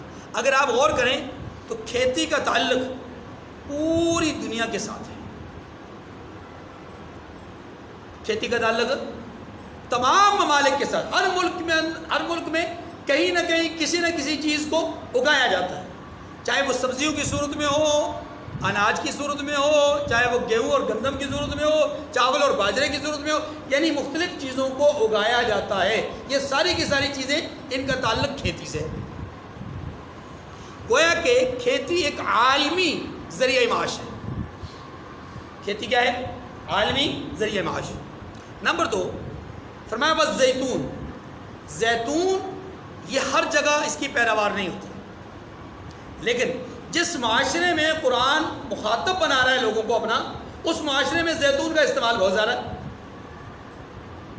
اور زیتون وہ نباتات میں سے یا شجر میں سے یا زمین کی پیداوار میں سے وہ چیز ہے، میں لفظ سارے استعمال کر رہا ہوں تاکہ وہ شجر والا لفظ بھی آ جائے، ینبت والا لفظ بھی آ جائے۔ زیتون وہ درخت، وہ چیز، وہ نعمت کہ جسے اللہ رب العزت نے پیدا کیا تو کسی ایک استعمال کے لیے نہیں۔ آپ اس کے فوائد کی طرف دیکھیں، آپ اس کے مقاصد کی طرف دیکھیں، اس کے ثمرات اور نتائج کی طرف دیکھیں تو یہ مختلف چیزوں کے لیے استعمال ہوتا ہے۔ یہ بطور سالن بھی استعمال ہوتا ہے، سالن پکانے کے لیے بطور تیل بھی استعمال ہوتا ہے، مالش کے طور پر بھی استعمال ہوتا ہے، دوا کے طور پر استعمال ہوتا ہے، غذا کے طور پر بھی استعمال ہوتا ہے۔ جہاں زیتون ہو کوئی اور سالن نہ ہو تو کافی۔ زیتون میں بذات خود غذا بھی ہے، طاقت بھی ہے، قوت بھی ہے اور شفا بھی ہے، اور یہ عرب ممالک کے اندر بہت زیادہ استعمال ہوتا ہے، اس وقت بھی استعمال ہوتا ہے اور آج بھی استعمال ہوتا ہے۔ نمبر 3 والنخیل، اچھا یہ زیتون وہ درخت ہے کہ جس کا تذکرہ جنت میں بھی آتا ہے کہ جنت میں بھی زیتون ہوگا۔ والنخیل، تیسرے نمبر پہ کیا ہے؟ کھجور۔ کھجور اس کا نہ صرف عرب کے اندر استعمال زیادہ ہے بلکہ عرب کی پیداوار بھی ہے، اور اعلیٰ ترین نسل کی، اعلیٰ کوالٹی کی کھجور وہ عرب کے اندر پائی جاتی ہے، اور استعمال تو ہے ہی اس کا زیادہ، اور اس کو بھی مختلف چیزوں کے اندر استعمال کیا جاتا ہے۔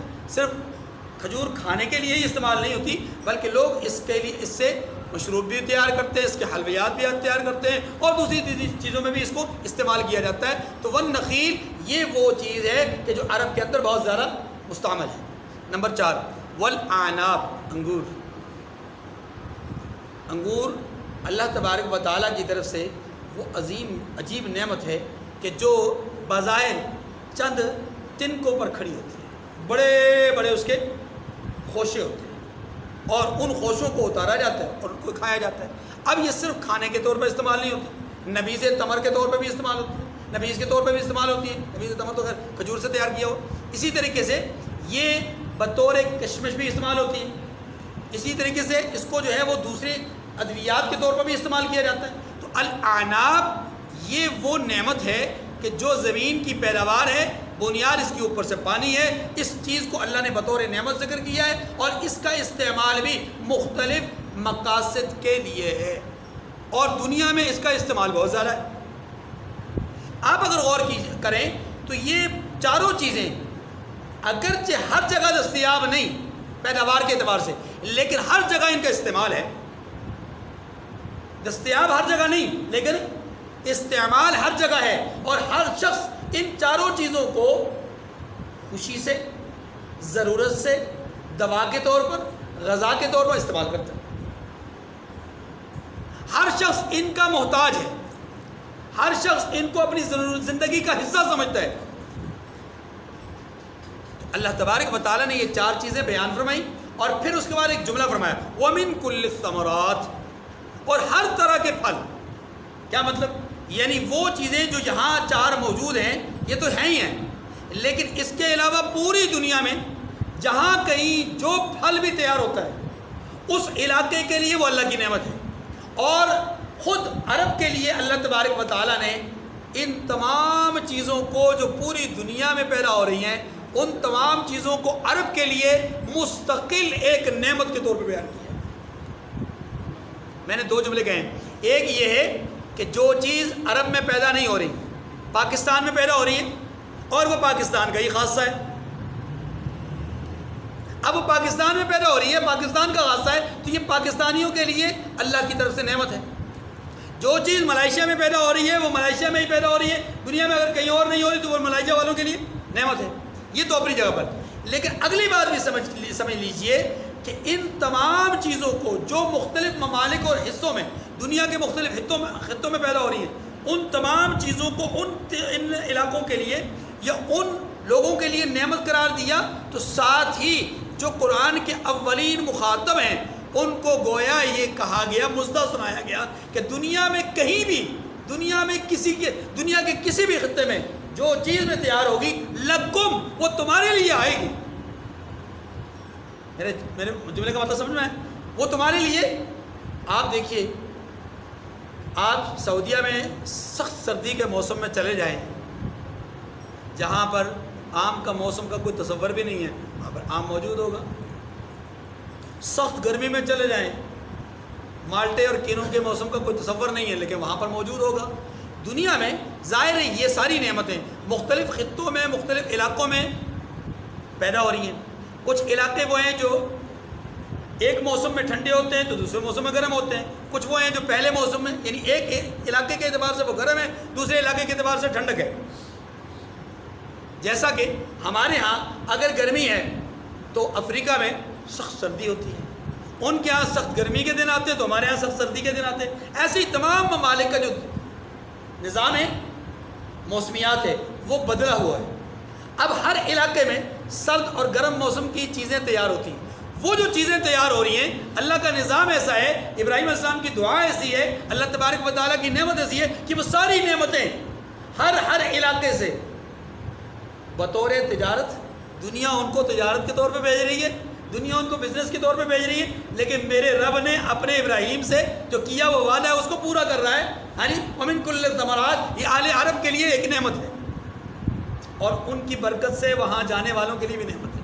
اس لیے فرمایا کہ یہاں جتنے بھی لوگ ہیں، اے اللہ یہاں میں اپنی بیوی کو، اپنے بچے کو چھوڑ کر کے جا رہا ہوں، بواد غیر ذی زرع عند بیتک المحرم. اے اللہ یہ وادی، اس میں کوئی زراعت نہیں، کوئی سبزہ نہیں، کوئی نباتات نہیں، لیکن پروردگار ورزق اہلہ من الثمرات، یعنی یہاں کے رہنے والوں کو پھلوں سے نوازتے رہنا، پھلوں سے. اور آج ہر طرح کے پھل، ہر موسم میں ہر طرح کے پھل، ہر موسم جو وہاں کا موسم ہے اس موسم کے اندر دنیا کے ہر طرح کے پھل وہاں موجود ہیں. یہ ومن کل الثمرات، اور ان 4 پھلوں کے علاوہ اللہ بہت سارے پھلوں کو بھی پیدا کرتے ہیں. ان فی ذالک لآیۃ لقوم یتفکرون، اس میں غور کرنے والوں کے لیے تفکر، غور کرنے والوں کے لیے اللہ کی طرف سے کیا ہے؟ نشانیاں ہیں. وَسَخَّرَ لَكُمُ اللَّيْلَ وَالنَّهَارَ وَالشَّمْسَ وَالْقَمَرَ وَالنُّجُومُ مُسَخَّرَاتٌ بِأَمْرِهِ. اللہ اکبر. یا 5 باتیں بیان ہوئی ہیں. پہلے پانی کا ذکر ہوا، اس سے پیدا ہونے والی چیزوں کا ذکر ہوا. اب 5 مستقل نعمتیں جو کہ افادہ عام کے لیے ہیں، ساری دنیا کے لیے ہیں. ہر شخص، ہر انسان، بلکہ ہر جاندار، بلکہ ہر نباتات، ہر چیز ان سے مستفید ہوتی ہے. وہ کیا ہے؟ وَسَخَّرَ لَكُمُ اللَّيْلَ وَالنَّهَارَ، اور اسی نے تمہارے لیے رات اور دن مسخر کیے. والشمس والقمر، سورج اور چاند کو مسخر کیا، یعنی کام پہ لگا. ان سب چیزوں کو اللہ نے کام پہ لگایا. 5ویں والنجوم مسخرات بامری، اور اسی کے حکم سے ستارے بھی کام میں لگے ہوئے ہیں. دیکھیے یہ جو ستاروں کا نظام ہے، اللہ تعالیٰ نے اتنا زبردست قسم کا نظام بنایا ہے. آج تو جدید دور ہے، بہت ساری سہولیات اللہ تعالیٰ نے انسانوں کے دماغوں کا استعمال کروا کر کے دنیا کو بطور نعمت دے دی ہے، بہت ساری سہولیات. لیکن ماضی میں وہ بہت ساری چیزیں جو آج کے دور میں بطور سہولت ملی ہوئی ہیں وہ ہر ایک کے پاس نہیں تھی. لیکن پھر بھی لوگ ان چیزوں سے جو قدرتی تھی ان سے وہی نتائج اخذ کرتے تھے جو آج ہم جدید سہولیات والی چیز. مثلا راستوں کے حوالے سے آج کے دور میں جدید ترین سہولیات آ چکی ہیں. مثال کے طور پر آپ اگر کہیں کسی راستے کا پتہ کرنا چاہتے ہیں، یہ راستہ میں جانا چاہتا ہوں، اس راستے سے لاہور جانا چاہتا ہوں، سائی وال جانا چاہتا ہوں، اور یہ راستہ اگر میں موٹر سائیکل پہ طے کروں تو کتنا وقت لگے گا، گاڑی پہ طے کروں تو کتنا وقت لگے گا، اس راستے سے جاؤں تو کتنا وقت لگے گا، فلاں وائے سے جاؤں تو کتنا وقت لگے گا. یہ ساری چیزیں آج آپ کو ایک جدید آلات بتا دیتے ہیں. پھر آپ کو ضرورت نہیں ہوتی دائیں بائیں بورڈز پڑھنے کی، پھر آپ کو وہ آپ کو ساتھ ساتھ رہنمائی کرتی رہتی ہے. بی بی جو ہوتی ہے بڑی اچھی ہے، وہ بہت اچھی ہے، وہ ساتھ ساتھ بتاتی رہتی ہے. ہاں جی، اب آپ اتنے فاصلے پر ہیں، آپ یہاں سے مڑیے، 5 منٹ کے بعد آپ یہاں سے مڑیں گے، 5 کلومیٹر کے بعد آپ یہاں سے آپ کو مڑنا پڑے گا، رائٹ لیفٹ رائٹ لیفٹ، وہ رائٹ لیفٹ کرواتی رہتی ہے. ٹھیک ہے، یہ جو ایک تصور ہے، یہ جو سلسلہ ہے، یہ جدید دور کا ہے. لیکن تھوڑا سا پیچھے چلے جائیں تو یہ چیزیں دستیاب نہیں تھیں. تو کیا ہوتا تھا، جگہ جگہ نشانات لگے ہوتے تھے. یہ راستہ فلاں جگہ جاتا ہے، یہ فلاں جگہ جانے کے لیے اتنا آپ کو ابھی سفر طے کرنا ہے، اتنے میل اتنے کلومیٹر کا. اور تھوڑا سا اس سے پیچھے چلے جائیں، یہ نشانات نہیں تھے. لوگ ان گاڑیوں پہ سفر نہیں کرتے تھے، جانوروں پہ سفر کرتے تھے. اب یہ جو جانوروں پہ سفر ہوتا تھا، یہ چھوٹی موٹی کشتیوں پہ سفر ہوتا تھا، اس وقت لوگوں کے لیے راستے معلوم کرنے کا ذریعہ اور طریقہ کیا ہوتا تھا؟ سورج، رات کی تاریکی میں ستارے، رات کی تاریکی میں. اب ان ستاروں میں ایک ستارہ ہے، اس کا نام ہے قطب، قاف طا با. یہ وہ ستارہ ہے جو آسمان میں ایک ہی جگہ پہ ہوتا ہے، یہ اپنی جگہ سے گھومتا پھرتا نہیں ہے. یہ وہ مرکز ہے، یہ وہ محور ہے جس کے گرد لوگ سفر کرتے ہیں اور لوگ اپنے نقشے اس کے گرد بناتے ہیں. ہم کس رخ پہ چل رہے ہیں، کیا ہماری سمت ہے، کیا ہمارا جو راستہ ہے وہ کس سمت ہے، کس رخ ہے، کس طرح سے، یہ سارا کا سارا اسی قطب جو ستارہ ہے، جس کو ہم عام طور پہ اردو میں کہتے ہیں قطب نما. وہ جو قطب نما ہے نا، یعنی ستارہ، جو اس ستارے کے کو مد نظر رکھ کر کے ہم اپنی راہیں متعین کرتے ہیں.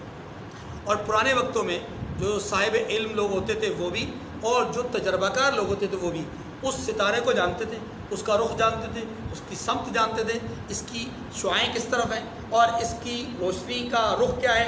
اب ہم کہاں کھڑے ہیں، مشرق میں ہیں، مغرب میں ہیں، شمال میں ہیں یا جنوب میں، ہم نے جانا کس طرف ہے، اس کا راستہ. یہ جو ستاروں کا تو ہے نا، جو قرآن پاک نے صحابہ کرام کے لیے بھی، اپنا حدیث مبارکہ میں صحابہ کرام کے لیے بھی کہا گیا، اصحابی کالنجوم بأیہم اقتدیتم اہتدیتم، تم ان میں سے جس کی بھی پیروی کرو گے ہدایت پا جاؤ گے. وہ جو بات کی گئی وہ اسی انداز میں کی گئی ہے کہ آسمان میں موجود جو ستارے ہوتے ہیں، یہ ستارے انسانوں کی رہنمائی کر رہے ہوتے ہیں راستوں کے اعتبار سے.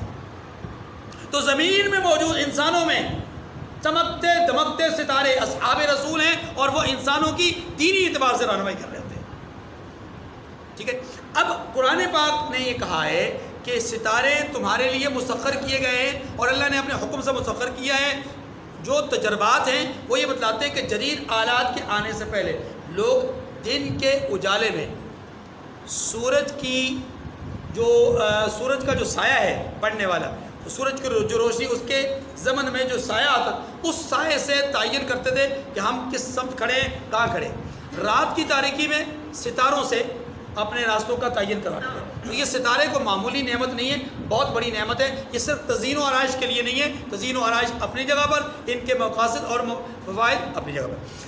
ان فی ذلک لآیات لقوم یعقلون، میں سمجھنے والوں کے لیے اس میں بہت سی نشانیاں ہیں.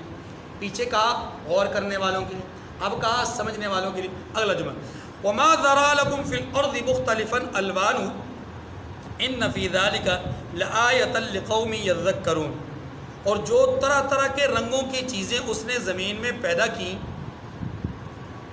یہ بھی سب تمہارے فائدے کے لیے ہے. ان فی ذلک لآیۃ لقوم یذکرون، نصیحت پکڑنے والوں کے لیے اس میں نشانی ہے. اور کیجیے گا جی. اللہ پاک نے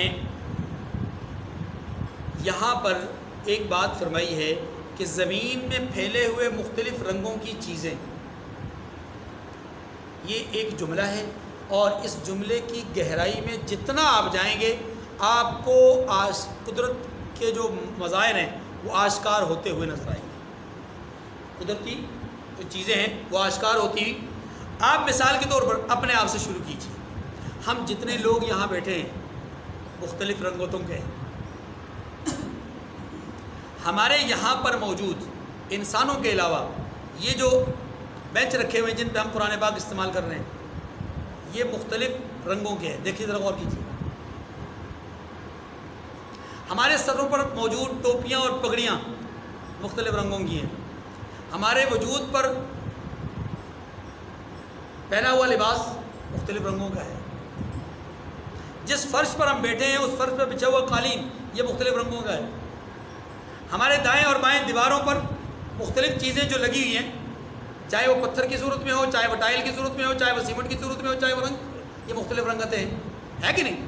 آپ یہاں سے باہر چلے جائیں، جیسے جیسے باہر چلتے جائیں گے ایسے ایسے آپ کو ہر چیز میں رنگتیں نظر آئیں گی، اور اگر ہر چیز کو نہ دیکھیں، ایک چیز کو دیکھیں تو ایک چیز میں مختلف رنگتیں نظر آئیں گی۔ آپ ٹائل دیکھ رہے ہیں، دنیا میں کتنے رنگوں کی ٹائلیں ہیں۔ اس لیے یاد رکھیے اللہ تعالیٰ نے یہ ایک ایسی جامع بات کہی ہے کہ جو ہر چیز کو شامل ہے، ہر چیز اس میں آ جاتی ہے، چاہے وہ انسانوں سے تعلق رکھتی ہو، چاہے وہ حیوانات سے تعلق رکھتی ہو، چاہے وہ نباتات سے، جمادات سے، حشرات سے یا حجرات سے یا شجرات سے، ہاں جی وہ دریاؤں سے، آپ دیکھیے پانیوں سے، پانی مختلف رنگوں کے ہوتے ہیں، اور آسمان کے اندر جو ستارے ہیں ان کی رنگتیں مختلف نظر آتی ہیں آپ کو۔ اس ہر چیز میں آپ غور کریں تو آپ کو رنگتیں، لیکن خاص طور پہ اللہ نے کہا ہے کہ جس زمین پر تم چل رہے ہو اس زمین کے اندر مختلف رنگوں کی چیزیں تمہیں پہلی ہوئی نظر آ رہی ہیں، اور یہ ساری چیزیں تمہارے لیے ہیں، یہ ساری چیزیں تمہارے۔ آپ سانپوں کو ہی دیکھ لیں، سانپ کتنی زہریلی چیز ہے، نقصان دہ چیز ہے، لیکن اس کی رنگتوں کو دیکھ لیں، درجنوں رنگتیں، بلکہ اگر کہا جائے سینکڑوں رنگتیں تو تب بھی بے جا نہیں ہوگا، بالکل جس طرح کا گھاس ہوتا ہے اس طرح کا رنگ، اسی رنگ کا جو ہے وہ سانپ، جس رنگ کے پتے اور پودے ہوتے ہیں اسی رنگ کا وہاں سانپ چھپا ہوتے ہیں۔ مینڈک ہے، ابھی کچھ دنوں کے بعد موسم آنے لگا ہے، مینڈک ہی مینڈک نظر آئیں گے مختلف رنگتوں میں۔ اللہ کی شان، یہ کیا ہے؟ چھوڑیے جناب مٹی کو ہی دیکھ لیجئے، اگر آپ زمین پہ پھیلی ہوئی باقی چیزوں کو نظر انداز کر بھی دیں، آپ مٹی کو ہی دیکھ لیں، زمین کی اپنی ذاتی مٹی کو دیکھ لیں تو طرح طرح کے رنگ اس میں نظر آئیں گے، کالی سیاہ مٹی، کہیں سرخ مائل، کہیں گندمی، کہیں سفیدی مائل، یہ ساری چیزیں، یہ ساری نعمتیں کس کی بنائی ہوئی ہیں؟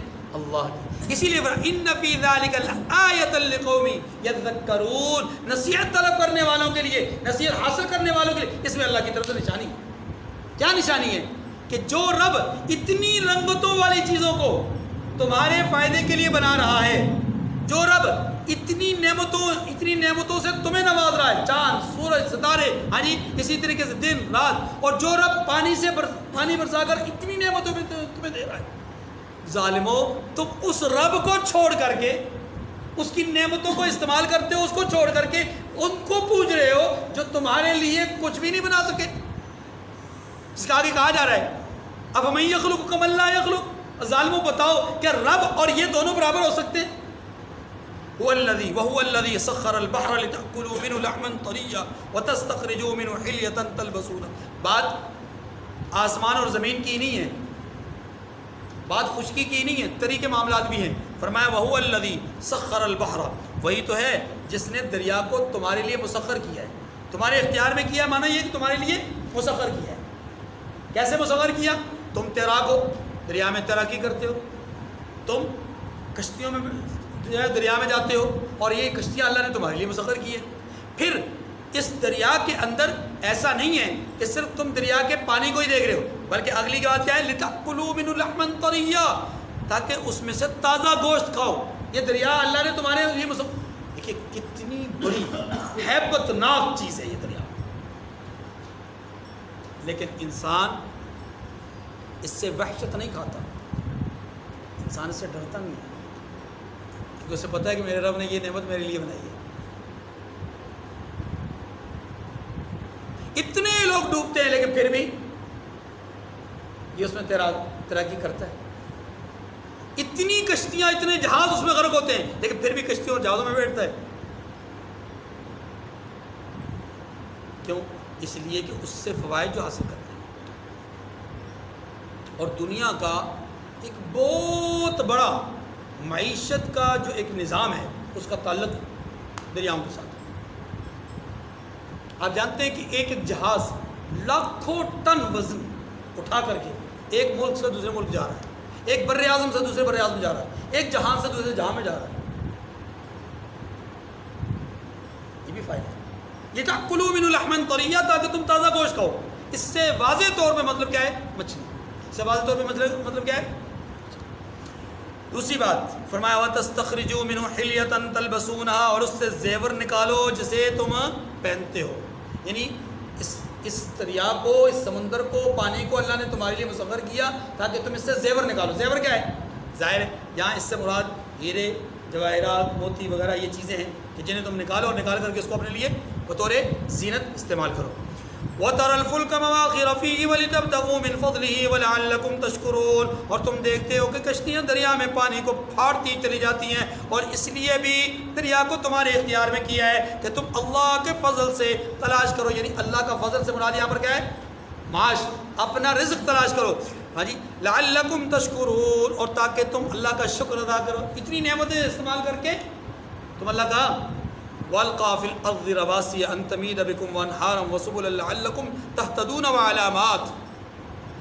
پھر اگلی بات فرما دی، فرمایا اسی نے زمین پر پہاڑ رکھ دیے ہیں تاکہ تم کو لے کر کہیں جھک نہ جائے۔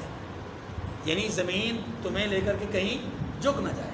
میں نے اس پہ تفصیلاً پچھلے سورت میں بیان کیا تھا کہ دیکھیے اللہ تعالیٰ نے اس زمین کو ڈولنے سے بچانے کے لیے، یہ زمین اپنی ذات کے اعتبار سے کچھ نہیں تھی، پانی ہی پانی تھا، اس سے بلبلہ اٹھا اور اس بلبلے سے اللہ نے حرم مکی کو بنایا بیت اللہ شریف کی جگہ، اور پھر اس کو پھیلاتے پھیلاتے پھیلاتے یہ زمین جو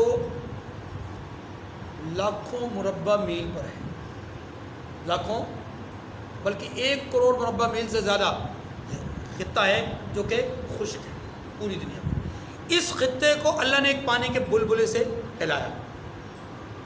اب جب اس کو بنایا تو یہ بالکل ہموار تھی، بالکل کیا تھی؟ ہموار تھی، اور قیامت کے دن یہ زمین ہموار ہوگی۔ قیامت کے دن پھر یہ زمین کیا ہوگی؟ بالکل ہموار ہوگی، کوئی اس کے اوپر پہاڑ نہیں ہوگا، کوئی نشیب و فراز نہیں ہوگا۔ اللہ تعالیٰ نے اس کو بالکل ہموار بنایا۔ اگر نشیب و فراز والی بناتے اس زمین کو، یعنی دیکھیے یہ جو زمین جس پر ہم آباد ہیں، اگر یہ زمین ہر جگہ اسی طرح ہوتی، ایسے ایسے ایسے ایسے ہوتی، اس پر رہنا مشکل تھا، اس پر جینا گزارا کرنا مشکل ترین امر تھا۔ ہر آدمی کی بساط میں نہیں ہے کہ وہ زمین کو ہموار کر سکے، ہر آدمی کی بساط میں نہیں ہے۔ دیکھیے بہت سارے لوگ صاحب حیثیت ہوتے ہیں، وہ بڑے بڑے پلازے کھڑے کرتے ہیں، ان کے لیے تو چلے سہولیات، لیکن جس آدمی نے رہنا ایک خیمے میں ہو، وہ زمین کو ہموار کرے تو کیسے کرے؟ اس کے پاس تو وسائل نہیں۔ اور آپ پوری دنیا میں ہر جگہ جہاں پر آپ نے قیام کرنا ہے زمین ہموار نہیں، تو آپ قیام کیسے کر سکیں گے؟ اس لیے اللہ تعالیٰ نے بنیادی طور پہ اس کو کیا چٹیل بنایا، ہموار بنایا۔ پھر اس کے اندر اس کو بچانے کے لیے، اس کو بچانے کے لیے، اس کو غرق ہونے کے لیے، اپنا جھکنے سے بچانے کے لیے کیا کر دیا؟ القا فی الارض رواسیہ والجبال اوتادا، بطور کیل، بطور میغ اللہ نے اوپر پہاڑوں کو گاڑ دیا۔ فرمایا ان تمید بکم، اس لیے گاڑا تاکہ یہ زمین کہیں تمہیں لے نہ جائے۔ ویسے یہاں پر ان تمید بکم کا معنی اگر کسی عربی گرامر سے ناواقف آدمی سے پوچھا جائے تو اس کا لفظی معنی تو یہ بنتا ہے تاکہ وہ زمین تمہیں لے جائے۔ اس کا اصل ترجمہ کیا بنتا ہے؟ ان تمید بکم، تاکہ تمہیں وہ لے کر جھک جائے، اصل ترجمہ یہ۔ لیکن یاد رکھیے یہ عربی گرامر سے واقف آدمی یہ سمجھتا ہے کہ یہاں پر ان کے بعد لا مقدر ہے، تو معنی یہ ہوگا اللہ تمید بکم، تاکہ وہ زمین تمہیں لے کر جھکے نہ۔ وَأَنْهَارًا وَسُبُلًا لَعَلَّكُمْ تَهْتَدُونَ، اور اسی زمین میں اللہ نے نہریں پیدا کر دی ہیں، نہریں بنا دی ہیں۔ ہاں جی، وَسُبُلًا، اور تیسری چیز کیا بنائی ہے زمین میں؟ راستے بنا دیے ہیں۔ لَعَلَّكُمْ تَهْتَدُونَ، تاکہ تم رہنمائی پا سکو، راستے کے متعلق جان سکو، تاکہ تم اپنے مقام تک پہنچ سکو۔ وعلامات، اور راستے میں نشانات لگا دیے، یہ اللہ تعالیٰ نے یہاں پر مختلف نعمتوں کو ذکر کیا. یہ زمین سے تعلق رکھتی ہیں، وہ تعلق جس کو ہم سفری تعلق کہہ سکتے ہیں، کہ زمین سے جو انسانوں کا سفری تعلق ہے اس کو بیان کیا گیا. یہ نہریں، یہ راستے، یہ نشانات، یہ پہاڑوں کا گاڑنا، یہ سب کچھ کس کے لیے ہے؟ پیچھے آ رہا ہے، پیچھے گزر چکا ہے. ما لکم کس کے لیے ہے؟ یہ سب کچھ تمہارے لیے ہے. وَمِن نَجْمِهُمْ يَهْتَدُونَ، اور لوگ ستاروں سے بھی راستے معلوم کرتے ہیں. تفصیل میں پچھلے عرض کر چکا ہوں. أَفَمَن يَخْلُقُ كَمَن لَّا يَخْلُقُ، یہ وہ جملہ ہے ان ساری نعمتوں کو ذکر کر کے اللہ کیا فرماتے ہیں تو جو پیدا کرے کیا وہ ویسا ہے جو کچھ بھی پیدا نہ کر سکے؟ توجہ، عام طور پہ اللہ تبارک و تعالیٰ جب سوالیہ انداز اختیار کرتے ہیں اس میں معبودان باطلہ کو یوں کہا جاتا ہے کہ کیا یہ تمہیں رزق دیتے ہیں یا اللہ؟ انہوں نے پیدا کیا یا اللہ نے؟ اَأَنْتُمْ أَنزَلْتُمُوهُ مِنَ الْمُزْنِ أَمْ نَحْنُ الْمُنزِلُونَ، تم آسمان سے پانی برساتے ہو یا ہم؟ یعنی عام جگہوں پر سوال یہ ہوتا ہے پہلے فریق مخاطب کو یا پہلے معبودان باطلہ کو ذکر کیا جاتا ہے، پھر اللہ کی شان کو بھی ذکر کیا جاتا ہے کہ وہ اور رب کیا برابر ہو سکتے ہیں؟ وہ اور رب برابر ہو سکتے ہیں. یعنی پہلے کمزور کو ذکر کر کے پھر اصل کو ذکر کر کے کہا جاتا ہے کیا کمزور اور اصل برابر ہو سکتے ہیں؟ عام طور پہ آیات میں یہی. یہاں اللہ نے معاملہ تھوڑا برعکس کیا ہے. کیا فرمایا؟ افمن یخلق کمن لا یخلق. اتنی نعمتیں جو تم نے پڑھی، یہ ساری نعمتیں وہ ہیں جو تم اپنی آنکھوں سے دیکھتے ہو، اپنے جسم سے محسوس کرتے ہو، اپنے کانوں سے سنتے ہو، اپنی زبان سے بولتے ہو، اپنی زندگی میں ان کا مشاہدہ کرتے ہو، اپنی زندگی میں ان سے فوائد اخذ کرتے ہو. یہ ساری نعمتیں جس ذات نے بنائی ہیں، بھلا بتاؤ وہ ذات اور جس نے کچھ نہیں بنایا دونوں برابر ہو سکتے ہیں؟ بات سمجھ آ رہی؟ ذالکم اللہ ربکم خالق کل شیء، یہی تو تمہارا رب ہے جس نے ہر چیز کو پیدا کیا ہے. فَأَنَّىٰ تُصْرَفُونَ، تم کہاں پھر رہے ہو، کہاں بھٹک رہے ہو؟ افلا تذکرون، تو پھر تم غور کیوں نہیں کرتے؟ وَإِن تَعُدُّوا نِعْمَتَ اللَّهِ لَا تُحْصُوهَا، یہ آیت پہلے بھی گزر چکی ہے سورہ ابراہیم میں. فرمایا اور اگر تم اللہ کی نعمتوں کو شمار کرنا چاہو تو انسان صرف ان نعمتوں کو نہیں گن سکتا، ان نعمتوں کو جو اس نے ایک دن میں استعمال کی ہے. بڑے دعوے کے ساتھ بات کر رہا ہوں، بڑے دعوے کے ساتھ، کہ ایک دن میں جو انسان نعمتیں استعمال کرتا ہے ان کو نہیں گن سکتے. گننا چاہیں گنیں، اس سانس کو نہیں گن سکتے جو آ رہی ہے جا رہی ہے، آ رہی ہے جا رہی ہے. جتنا آپ گنتے جائیں گے اتنی دیر میں پچھلا ایک سانس کا اور ایک دھڑکن کا اور اضافہ ہو جائے گا، ایک دھڑکن کا اور اضافہ. آپ گن ہی نہیں سکتے. میں صرف سانس کی دھڑکن کو نہیں گن سکتے. اور گنا اسی چیز کو جاتا ہے جو حصی طور پہ ہوتی ہے. یعنی حصی طور پہ گننا کہلاتا ہے. یہ نہیں کہا جاتا کہ جناب 50 100 200 یہ گننا نہیں، گننا جاتا ہے 1 2 3 4 5 6 7. تو جتنی آپ کی سانسیں ہیں، جتنی آپ کی دھڑکنیں ہیں، جتنی آپ کی نبض کی حرکت ہے، آپ ان میں سے کسی کی چیز کو گن نہیں سکتے اس طرح. کیوں؟ آپ گنتے دیکھیے، غور کیجیے. اب آپ کہیں گے جناب گن تو سکتے ہیں، یہ دیکھیں 1 گن لیا 2 گن لیا 3 گن نہیں. ذرا گہرائی میں دیکھیے گا. آپ نے نبض کو چیک کیا، آپ نے کہنا 1 2، یہ جو آپ نے 1 اور 2 بولا یہ بھی تو ایک نعمت ہے نا. یہ قوت گویائی بھی تو ایک نعمت ہے. اس کو تو آپ نے گن لیا 1 2، لیکن وہ جو آپ نے 1 اور 2 بولا اس کو بھی گنی ہے نا ساتھ. تو جتنی دیر میں آپ ان سب کو گنیں گے یعنی یہ وہ نعمتیں ہیں کہ جن کو اللہ تبارک و تعالیٰ بڑھاتے جاتے ہیں. سانسوں، دھڑکنوں، حرکات، ان چیزوں کو ہی انسان نہیں گن سکتا، چاہے کہ اللہ کی دوسری نعمتوں کو گننا چاہے. اسی لیے چیلنج ہے یہ، وَإِن تَعُدُّوا نِعْمَتَ اللَّهِ لَا تُحْصُوهَا، تم اللہ کی دی ہوئی نعمتوں کو گن نہیں سکتے. یہ میں نے ایک مثال دی، حالانکہ اس سے مراد صرف یہ نہیں ہے، اس سے مراد تمام چیزوں کو، تمام نعمتوں کو جو انسان اپنی زندگی میں نے ایک ہلکی سی مثال دی ہے کہ اگر ہم اپنی روزمرہ کی زندگی میں چیزوں کو گننا چاہیں تو وہ بھی نہیں گن سکتے، چاہے کہ پوری زندگی میں اور پوری دنیا میں جو نعمتیں ہیں. ان اللہ لغفور الرحیم، بے شک اللہ بخشنے والا مہربان ہے. واللہ یعلم ما تسرون وما تعلنون، اور جو کچھ تم چھپاتے ہو اور جو کچھ تم ظاہر کرتے ہو سب سے اللہ واقف ہے. یہ اللہ نے اپنے علم کامل کی بات کی ہے. علم کامل کی دیکھیے ذرا غور کیجیے. کیا کہا کہ اللہ جو پیدا کرنے والا ہے اور وہ جو پیدا کرنے والے نہیں ہیں, کیا دونوں برابر ہو سکتے ہیں؟ نہیں ہو سکتے. کیوں؟ اس لیے کہ غور کیجیے, جو الوہیت ہے, معبودیت ہے, اس کے لیے چند چیزیں وہ ہیں کہ جو دوسروں میں نہ ہوں. الہ معبود وہ ہوتا ہے جس میں وہ صفات ہوں, وہ کمالات ہوں, وہ قدرتیں ہوں جو دوسروں میں نہ ہوں. مثلا اس کا علم لا متناہی ہو. اسی لیے اس نے کہا واللہ یعلم ما تسرون وما تعلنون. جو تم چھپا رہے ہو, جو تم ظاہر کر رہے ہو, اللہ ان کو جانتا. اب کتنے لوگ چھپا رہے ہیں, کتنے لوگ ظاہر کر رہے ہیں؟ آپ پوری کائنات میں انسانوں کی تعداد دیکھ لیں, پھر حیوانات کی تعداد دیکھ لیں, پھر دوسری چیزوں کی تعداد. ہر چیز کے بارے میں, یہ صرف انسان کے بارے میں نہیں ہے. پھر یہ موجود لوگوں کے بارے میں نہیں ہے, جو گزر گئے ان کے بارے میں بھی ہے, جو آنے والے ہیں ان کے بارے میں بھی ہے. اچھا, اس سے مراد صرف باتیں ہی نہیں ہیں, اس سے مراد صرف سوچ ہی نہیں ہے, اس سے مراد صرف فکر و غور ہی نہیں ہے, بلکہ اس سے مراد وہ چیزیں بھی ہیں جو انسان خزانے کے طور پر کہیں چھپاتا ہے, خزانے کے طور پر ظاہر کرتا ہے. اس سے مراد وہ اپنا تفکرات بھی ہیں کہ جو انسان سوچتا ہے, بولتا نہیں ہے, وہ بھی اس سے موجود ہے کہ انسان کسی چیز پر غور کرتا ہے صرف, یا غور کر کے اس کو ظاہر بھی کرتا ہے.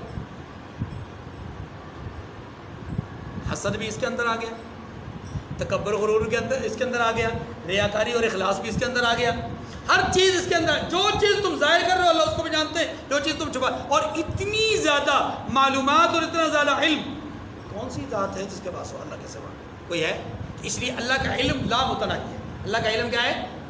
لا متناہی ہے. ہمارے اعتبار سے, اس کے اعتبار سے نہیں, ہمارے اعتبار سے لا متناہی ہے کہ ہم اس کی انتہا تک جا ہی نہیں سکتے, سوچ ہی نہیں سکتے.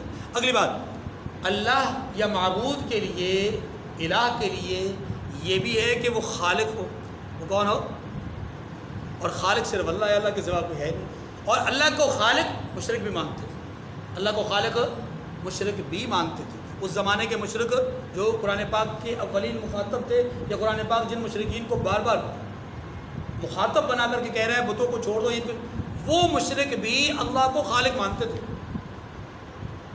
اختلاف آگے دوسری چیزوں میں جا کر ہوتا ہے. اچھا, تیسری والذین یدعون من دون اللہ لا یخلقون شیئا وهم یخلقون. اللہ تعالیٰ نے اسی بات کو کہ اللہ خالق ہے, وہ دوسرے کو مخلوق, اللہ خالق ہے دوسرے خالق نہیں, یہ الوہیت اور معبودیت کے لیے ضرور اسی بات کو پہلی اس آیت میں بیان فرمایا. فرمایا جن لوگوں کو یہ اللہ کے سوا پکارتے ہیں وہ کوئی چیز بھی تو نہیں بنا سکتے, بلکہ خود ان کو اور بناتے ہیں. اللہ, یہ بڑی عجیب بات ہے, یہ بڑی عجیب بات ہے, یہ تو کمال کی بات کرتی ہے. یعنی ان معبودان باطلہ کی رذالت اور کمزوری اور ان کی خساست کو بیان کیا گیا ہے کہ جن کو یہ پوج رہے ہیں وہ تو کوئی چیز نہیں بنا سکتے, الٹا انہیں لوگ بناتے ہیں. اس سے مراد مورتیاں ہیں, اس سے مراد پتھروں سے تراشے ہوئے بت ہیں, اس سے مراد وہ تصویریں ہیں جن کو لوگ سامنے لگا کر کے پوجتے ہیں. اس سے مراد ہر وہ چیز ہے جسے انسان اپنے ہاتھوں سے تیار کرتا ہے, لکڑی کی صورت میں, پتھر کی صورت میں, ہری مٹی کی صورت میں, یا کپڑے کی صورت میں, یا کسی اپنا کاغذ کی صورت میں, یا پینٹنگ کی صورت میں. انسان بناتا ہے, انسان بناتا ہے اور بنا کر پھر اسی کی پوجا کرتا ہے.